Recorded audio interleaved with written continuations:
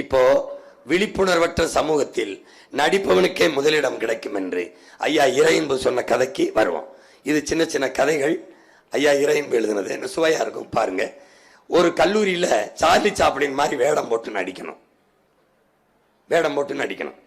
அதுல முதல் பரிசு ஒரு மாணவன், இரண்டாவது பரிசு ஒரு மாணவன், மூன்றாவது பரிசு வந்தவன் யாருன்னு பாருங்க. காட்சியை பாருங்க நீங்களே. சார்லி சாப்ளின் உலக புகழ்பெற்ற நடிகர். அவரை மாறி மாறுவிடம் போட்டு நடிக்கிறார். இதுல முதல் பரிசு பெற்றவன் ஒரு மாணவன், இரண்டாவது பரிசு பெற்றவன் ஒரு மாணவன், மூணாவது பரிசு பெற்றவன் உண்மையிலே சார்லி சாப்ளின் இவர்தான். அப்ப அவர் என்ன நினைக்கிறார்? ஐயா இறையன்பு எழுதுறாரு, விழிப்புணர்வற்ற சமூகத்தில் நடிப்பவனுக்கே முதலிடம் கிடைக்கும். இப்ப டிவி தீர்த்துறான், விசிலடிச்சு திறான்ல, அந்த ரோட் ஷோ போடுறவங்களோட சுத்திரியில் அந்த கதை தான். அந்த கதை தலைவனுக்கும் நடிகனுக்கும் வித்தியாசம் தெரியாம அலையிறீல. அதனால இங்க வரும் மூணாவது இடத்துல இருக்கிறதா நம்ம ஆளு சார்லி சாப்ளின். போங்க அடுத்த கதை பாருங்க. ஒருத்தன் பன்னி மாதிரி கத்துவான், ரொம்ப நாளா கத்திக்கிட்டு இருக்கான். இதுவும் ஐயா இறையன்பு எழுதுனதான்.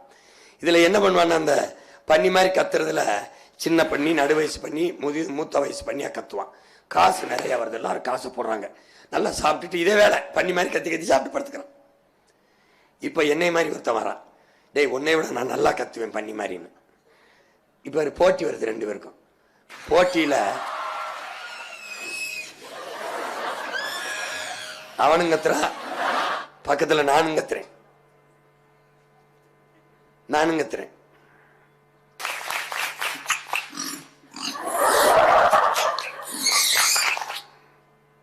இப்ப நான் வர்றேன். இவன் திராவிடன், இவன் தமிழ் தேசியன். இவன் திராவிடன், இவன் தமிழ. புரியுதுன்னு நினைக்கிறேன். இல்ல நானும் கத்துறேன்றான். ரெண்டு பேருக்கும் போட்டி.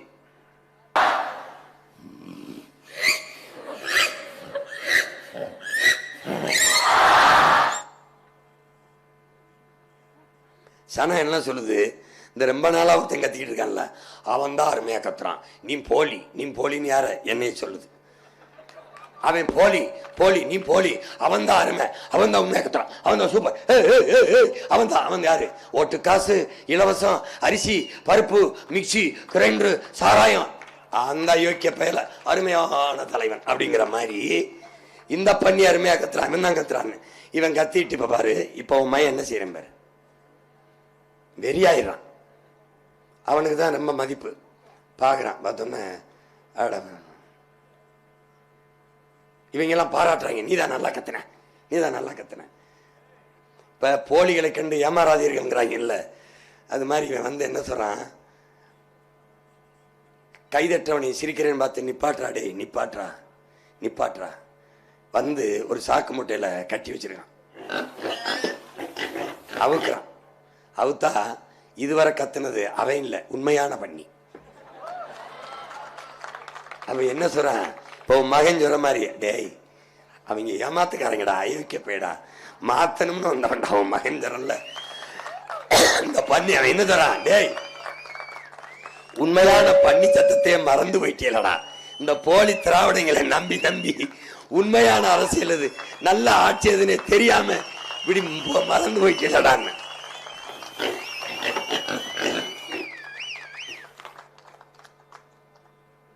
அடுத்து பாரு, போங்க. இந்த போலிகளை பார்த்து ஏமாந்த மாதிரி தான் இது. என்ன சொல்றாருன்னா நம்ம ஐயா, வண்ண விளக்குகளின் வெளிச்சத்தில் பௌர்ணமி வெளிச்சத்தை மறந்து போனவர்கள் என் மக்கள் என்று.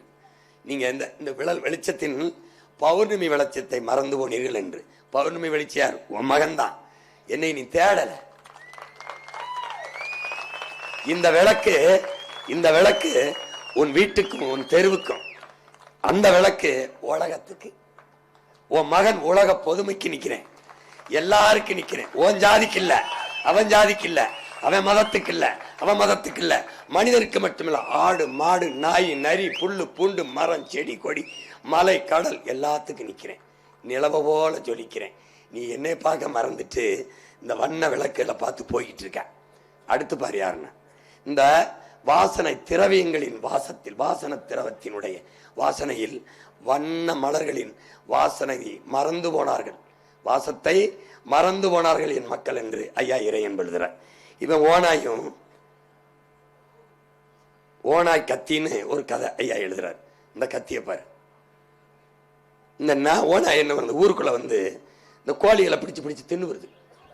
இந்த ஊருக்காரெல்லாம் கூடி ஒரு முடிவெடுத்து இந்த ஓனாயை எப்படியாவது கொண்டுடணும்ட்டு இந்த கத்தியில கோழி ரத்தத்தை தடவி வச்சிடறாங்க. இதுதான் ஓனாய் கத்தி. இந்த கத்தியை அவர் கோழி ரத்தத்துக்கு நக்குறாரு. எப்படி நக்குறாரு பாரு, அருமையா நக்குவாப்ல.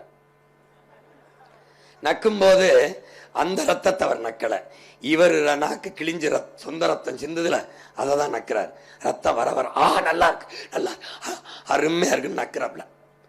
நக்கி எப்படி சொல்றாருன்னா, என் மக்கள் இந்த 1000-500 அரிசி பருப்பு இலவசம் வேட்டி சேலைக்கு அவன்கிட்ட கையேந்தி நம்ம காசு நம்ம வரி நம்ம ரத்தத்தான் உறிஞ்சிராமன்னு தெரியாம இந்த ஓனாய் போல சொந்த ரத்தத்தை நக்கி செத்து விழுந்த ஓனாய் போல என் மக்கள் 10.5 லட்சம் கோடி கடனாகி இந்த நாடு வாத்தியாருக்கு சம்பளம் கொடுக்க முடியாம மருத்துவர் சம்பளம் திவாலாகி போகும்போது தெரியும். ஆமா சார், முடியும், தெரிஞ்சு சார். வேற இங்க வழக்க போடுங்க சார், கோர்ட்ல மீட் பண்ண இருப்பா சீக்கிரம் முடிப்போம். இந்த நன்மையும் தீமையும் கொஞ்சம் சார் நேரம் போதுல சீக்கிரம் கவனி. இந்த நன்மை எது? வாழைப்பழம் வாசல்ல தொங்குது பெட்டி கடையில. வாழைப்பழம் யாரு? நான் தான், உன் கூட பிறந்த உன் மகன். எப்படி தொங்குறேன்? தலையில தவம் இருக்கேன். என்னை சாப்பிடு, நான் நல்லவன், உனக்கு உடம்புக்கு நல்லது, தயவு செய்து சாப்பிடுன்னு சொல்றேன். நீ என்னை கண்டுக்காம நீ என்ன பண்ற? அவன் மறைச்சு வச்சிருக்கான் பெட்டிக்குள்ள பான்பராக்கு சிகரெட்டை.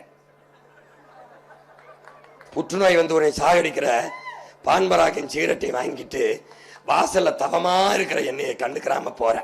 எத்தனை வருஷமா போற? 10 வருஷமா போற. இப்பவாது என்னை பாரு, ஒரு தடவை வாழைப்பழத்தை பாரு. போங்க கொஞ்சம் வேகமா போங்க, அடுத்து போங்க. இது நரி. இந்த திராவிட நரிகள் நாடால துடிப்பது மாதிரி இந்த நரி துடிக்குது.